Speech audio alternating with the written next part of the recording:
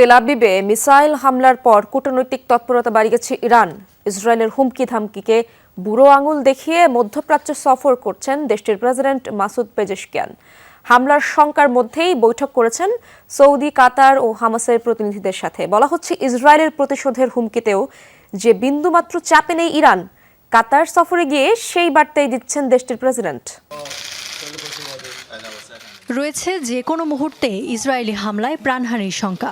তারপরও আত্মগোপনে না থেকে বিদেশ সফরে ইরানের প্রেসিডেন্ট মাসুদ পেজেশকিয়ান। মধ্যপ্রাচ্যে চলমান সংকট নিয়ে আলোচনা করেন কাতারের আমিরের সাথে। পাশাপাশি বৈঠক করেন হামাসের শীর্ষ নেতা খালিদ মিশাল এবং সৌদি পররাষ্ট্রমন্ত্রী ফয়সাল বিন ফারহানের সাথেও। আন্তর্জাতিক গণমাধ্যম এবং রাজনৈতিক বিশ্লেষকরা বলছেন, কূটনৈতিক কাঠামো নতুন করে গড়ে তোলার চেষ্টা করছে তেহরান। তারই অংশ হিসেবে পেজেশকিয়ানের এ সফর। মধ্যপ্রাচ্যের শান্তি এবং স্থিতিশীলতাই এখন লক্ষ্য দেশটির।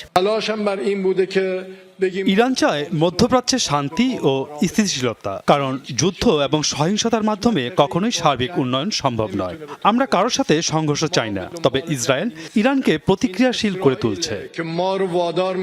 পেজেশকিয়ানের সাথে বৈঠক শেষে শান্তির বাণী শোনান কাতারের আমিরও। বলেন, মধ্যস্থতার মধ্য দিয়েই হাসিল হবে সব পক্ষের স্বার্থ।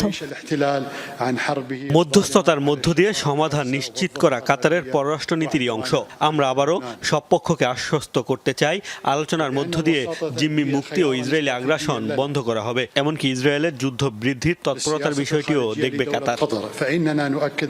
হিজবুল্লাহ প্রধান হাসান নাসরাল্লাহর মৃত্যুর পর খামেনিকে গোপন নিরাপদ স্থানে সরিয়ে নেয়ার পর অনেকেই বলছিল ঘাবড়ে গেছে ইরান। তেহরান নাজেহাল হয়েছে চিরশত্রু তেল আবিবের কৌশলের কাছে। এই সফরের মধ্য দিয়ে সেসব কটাক্ষেরই যেন কড়া জবাব দিলেন পেজেশকিয়ান।